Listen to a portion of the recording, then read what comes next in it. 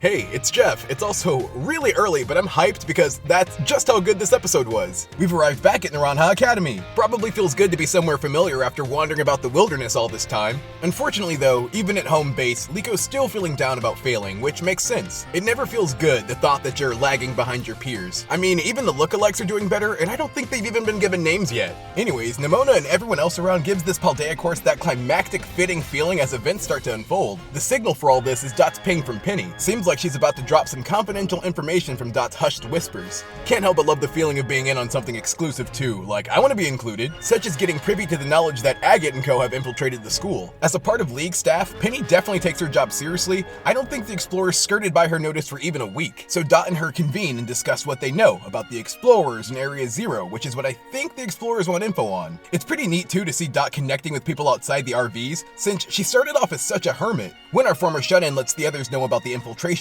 it's immediate go time. I find it neat to see the suspense continuing to rise and build after weeks and weeks. It's something that was not possible with an episodic series like Journeys. Tension is built in all sorts of ways too, like discovering a man who's been given a salt cure makeover by Sidian. Thankfully Liko has a remedy, and it's funny seeing Hatchram relegated for little side quests the way, I don't know, Pidgeotto was a balloon popper. It's crazy though, the more we see the Explorers not afraid to expose their identities, roaming freely and wreaking havoc about the school, it gives the impression of that takeover I predicted. Although I wouldn't quite call it a takeover because this scheme is a lot more targeted. Agate's actually working to steal data from the Naranja Academy. My strong hunch is that they want information on Area Zero. For one, it would of course lead them closer to Lakawa, and secondly, I think that we even got some hints with a few character reveals at the end. Plus, well, they were just talking about it. Dot versus Chalice was not a matchup I expected, but it's a reasonable setup given Dot's partnership to protect the data. And I mean, it is kinda epic seeing Tika Tink like a sleuth who infiltrates the space. Initially, I even thought she was gonna strike Chalice herself, but she just busts up the computer. It would have seemed like a successful mission, but you'll notice Chalice doesn't seem too distressed about it.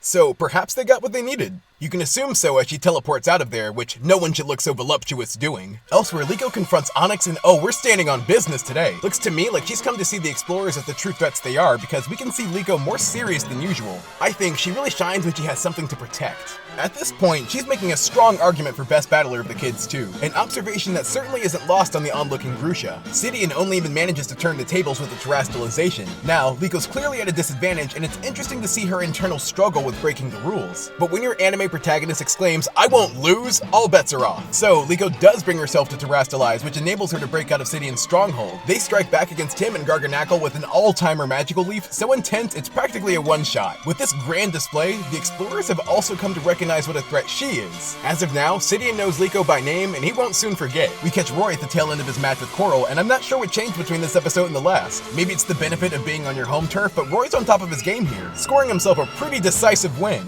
The plus side of that being it gives us Coral after a loss, which is arguably her at her most entertaining. Overall, the kids are standing tall today, each one grown significantly since the start of Terastal debut, although these successes do not negate Liko's rule breaking, meaning she has to report to Clavel. Well, if you consider the test to properly utilize terastallization, is there any doubt now Liko can handle it? Through her judgment and actions, she managed to help protect the whole academy. That whole showcase even got her results changed from a fail to a pass. Let's go! Because this is my favorite passing by far. Liko trusted her gut and it paid off. Trust is also growing with Penny, who shows some appreciation to Dot. Seems like a dynamic duo in the making. Since Liko's now managed to pass the exam, it's a great cause for celebration. Though, the good vibes come to an abrupt halt with the news of our next big match. That being Liko versus Roy. And oh, am I excited. That excitement doesn't stop there either because what's up next? Well, some character reveals. The Explorers have gotta be headed for Area Zero because we got Carmen on the way. That, coupled with the expansion of the Six Heroes arc, and I fear Horizons is about to start cooking. As for this episode, it was just phenomenal. All of the kids displayed development in such a natural way. We have Dot branching out of her social circle and making external friends, which is a huge step from where she began. You could say Liko has Anne, but they don't give me that same dynamic duo energy that these two do. It's really hard to top a hacker tag team. Then we have Roy, who of course has an affinity towards battling, and well, suffice to say, soon the Explorers will have to put in work to keep up with him. And we get to Liko, someone we know that values both her studies and integrity.